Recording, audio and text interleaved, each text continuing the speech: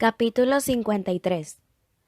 Wickham quedó tan satisfecho con esta conversación que nunca más volvió a mencionarla ni provocó a su cuñada Lizzie con nuevas insinuaciones, y ella se alegró de haber dicho solo lo suficiente para que se mostrase discreto.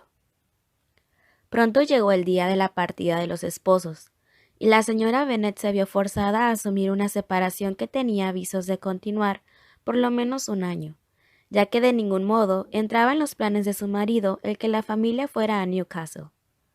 «Ah, mi querida Lidia», exclamaba, «¿cuándo volveremos a vernos? Dios mío, no lo sé, acaso en 2 o 3 años. Escríbeme a menudo, querida mía». «Tan a menudo como pueda, pero ya sabes que las mujeres casadas nunca disponen de mucho tiempo para escribir. Mis hermanas son quienes podrán escribirme, no tendrán otra cosa que hacer». La despedida fue mucho más afectuosa por parte de Wickham que de su mujer. Sonrió con simpatía y dijo toda clase de frases encantadoras. «Es un muchacho tan agradable», dijo el señor Bennet en cuanto los recién casados se marcharon. «Jamás he conocido otro igual. Sonríe y nos hace la corte a todos. Me siento orgulloso de él. Ni el mismísimo William Lucas conseguiría mejor yerno». La pérdida de su hija sumió a la señora Bennet en una profunda tristeza por algunos días.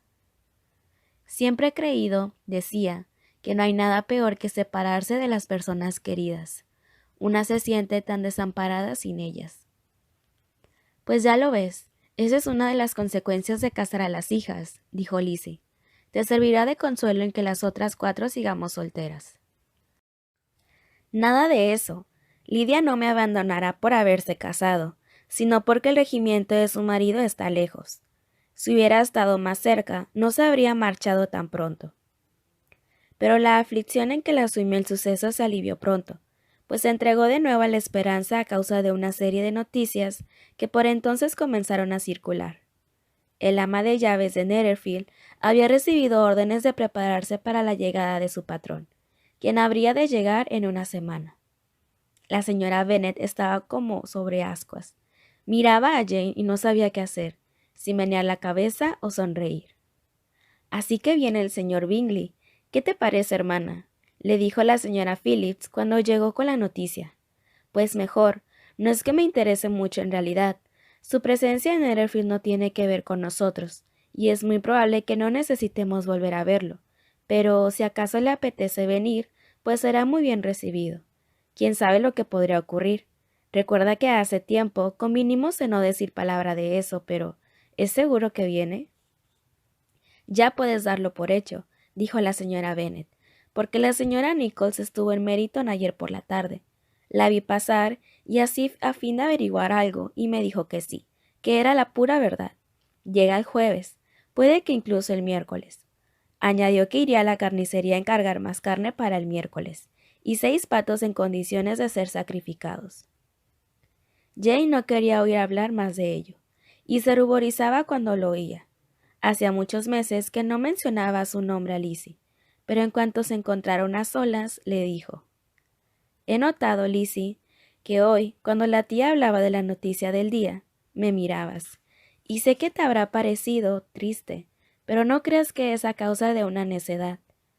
Quedé confusa unos instantes porque comprendí que sería observada. Te aseguro que la noticia no me causa alegría ni tristeza. Sin embargo, me alegro de que venga solo, porque así lo veremos menos. No es que tenga miedo de mí misma, pero me molestan los comentarios de los demás». Lizzie no sabía qué pensar. De no haberlo visto en el condado de Derby, lo habría creído capaz de venir tan solo por el motivo que se aseguraba. Pero ella lo consideraba todavía interesado por Jane, y hasta se arriesgaba a la probabilidad de que viniera con autorización de su amigo o fuese lo bastante atrevido para hacerlo sin ello. Es decir, pensaba a veces que este pobre hombre no podía venir a una casa alquilada legalmente sin provocar tal expectación. A pesar de lo que Jane declaraba, y ella creía que eran sus verdaderos sentimientos, Lizzie advirtió que sí le afectaba el arribo de Bingley. Estaba tan desconcertada y su turbación era mayor que antes. El tema sobre el que tan apasionadamente habían discutido sus padres hacía un año surgió ahora de nuevo. «Querido mío, Supongo que en cuanto el señor Bingley llegue, le harás una visita. Ni soñarlo. Me obligaste a ello el año pasado, prometiéndome que si lo hacía se casaría con una de mis hijas, pero como eso acabó en nada, no quiero dar más pasos en balde. Su mujer insistió en que todos los caballeros de la vecindad lo visitasen cuando llegara a Netherfield. Eso es una etiqueta que desprecio, replicó él. Si necesita nuestra compañía, que la busque. Ya sabe dónde vivimos. No puedo perder el tiempo yendo detrás de mis vecinos cada vez que llegan o parten. Bien, lo único que sé es que sería una descortesía no visitarlo. Por mi parte, estoy decidida a invitarlo a comer. En breve vendrán la señora Long y los Goulding. Como esos harán 13 con nosotros, habrá lugar para él. Consolada con esa resolución, soportó mejor la falta de cortesía de su esposo, por más que resultase muy mortificante que todos sus vecinos pudieran ver antes a Bingley. Al aproximarse el día de su llegada, Jane dijo a Lizzie: «Después de todo, empiezo a lamentar el que venga. Sé que podré comportarme con absoluta indiferencia, pero no soporto que se hable de él constantemente. Las intenciones de mamá son buenas, pero nadie sabe cuánto me hace sufrir lo que dice. Seré feliz cuando haya terminado su estancia en Netherfield». «Quisiera poder consolarte», dijo Lizzie, «pero comprende que me resulta imposible. Ni siquiera puedo aconsejarte paciencia, porque sé que no hay quien te supere en eso». Bingley llegó. La señora Bennet trató de obtener con ayuda de las criadas las primeras noticias, sin duda para que el periodo de ansiedad e irritación por su parte fuera lo más largo posible. Contaba los días que debían transcurrir para enviarle su invitación, ya que no abrigaba esperanzas de verlo antes. Pero la tercera mañana de la llegada de Bingley al condado, vio desde la ventana de su tocador que él flanqueaba la verja y se dirigía a caballo a la casa. Llamó al instante a sus hijas para que compartieran su alegría. Jane, con resolución, siguió sentada en la mesa, pero Lizzie, para satisfacer a su madre, se acercó a la ventana, desde donde vio que Darcy venía con él, tras lo cual volvió a ocupar su silla al lado de su hermana. «Mamá, viene con otro caballero», dijo Kitty. «¿Quién podrá ser?» «Supongo que algún amigo suyo, querida. Estoy segura de que no lo conozco». «Fíjate», exclamó Kitty, «se parece a aquel señor que antes solía estar con él. ¿Cuál es su nombre? Aquel señor alto, orgulloso». «Dios mío, ¿te refieres al señor Darcy? Y así es en verdad. Bueno, cualquier amigo del señor Bingley siempre será bienvenido en esta casa. De otro modo, habría de confesar que preferiría no verlo». Jane miró a Lizzie con sorpresa y preocupación. No sabía sino muy poco de su encuentro en el condado de Derby, y por consiguiente se comprendía el horror que sentiría su hermana al verlo por primera vez después de recibir su carta aclaratoria. Ambas hermanas estaban intranquilas. Cada una sufría por la otra, y como era natural, cada una sufría por sí misma. Su madre seguía hablando de lo mucho que le molestaba ver a Darcy, y de su resolución de ser cortés con él solo porque era amigo de Bingley, pero ni Jane ni Lizzie la escuchaban. Sobre todo Lizzie tenía motivos para sentirse inquieta, y eran motivos que Jane no podía sospechar, pues no conocía la carta de la señora Gardiner, como tampoco estaba al corriente de lo mucho que habían cambiado sus sentimientos hacia él. Para Jane, Darcy era el hombre cuyas propuestas Lizzie había rechazado, pero para Lizzie, ahora, se trataba de la persona a quien toda la familia debía el mayor de los favores, y a quien ella misma miraba con interés, si no tan tierno, por lo menos tan razonable y justo como el que Jane sentía por Bingley. El asombro de ella ante su presencia en Longbourn, que acaso significaba un interés por ella, era casi igual al experimentado en el condado de Derby al percibir su cambio de conducta. Tras palidecer, Lizzie se ruborizó, y una sonrisa de placer añadió brillo a sus ojos, al pensar que el afecto y las ansias de él debían ser iguales, pero no quería darlo por seguro. «Veré primero cómo se conduce», pensó, «luego será tiempo de abrigar esperanzas». Se esforzó por mostrarse tranquila, y no se atrevió a levantar los ojos, hasta que su creciente curiosidad la obligó a mirar el rostro de su hermana al acercarse la criada a la puerta. Jane estaba algo más pálida que de ordinario, pero más sosegada de lo que Lizzie había supuesto. Al aparecer los caballeros, sus mejillas se encendieron, pero los recibió con bastante soltura y de una manera completamente libre de síntomas de resentimiento o de inoportuna complacencia. Lizzie habló con ellos lo mínimo que la educación exigía, y se sentó de nuevo a continuar su labor. Solo se aventuró a lanzar una mirada a Darcy. Este permanecía tan serio como de costumbre, y ella lo tuvo por más parecido a lo que fuera en el condado de Hereford que a lo que había sido en Pemberley. Pero quizá en presencia de su madre no podía comportarse como delante de sus tíos. Tal suposición era penosa, pero no improbable. Miró también por un instante a Bingley, y le pareció complacido y turbado a la vez. La señora Bennet lo había recibido con unas muestras de cortesía que avergonzaron a sus dos hijas, en especial por el contraste que ofreció con la fría y ceremoniosa manera con la que saludaba y trataba a Darcy. En particular, Lizzie, que sabía cómo debía su madre a Darcy la salvación de su hija predilecta, se ofendió y entristeció por tan desdichosa distinción. Darcy, después de preguntar cómo se encontraban el señor y la señora Gardiner, pregunta a la que ella no pudo contestar sin turbación, apenas dijo nada. No estaba sentado al lado de ella, y acaso eso se debía a su silencio. Pero no había estado así en el condado de Derby. Allí, cuando no podía hablarle a ella, hablaba a sus amigas. Pero ahora transcurrieron varios minutos sin que pronunciara palabra, y cuando, incapaz de resistir los impulsos de la curiosidad, levantaba la vista hacia él, descubría que miraba más a Jane que a ella, y a menudo solo miraba al suelo. Ahora parecía más pensativo, y menos deseoso de agradar que en el último encuentro. Por eso Lizzie estaba descontenta, y un poco enfadada consigo misma.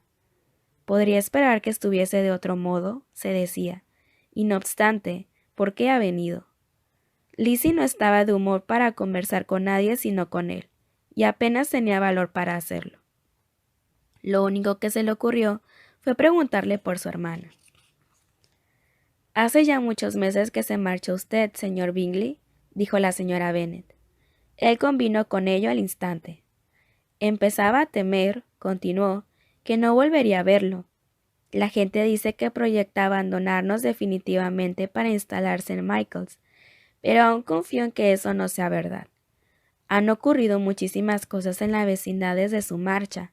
La señorita Lucas está casada y establecida, y también una de mis hijas. Supongo que lo habrá oído usted. Seguro que lo habrá leído en los periódicos. Sé que publicaron la noticia en el Times y en el Courier, aunque no de la forma debida.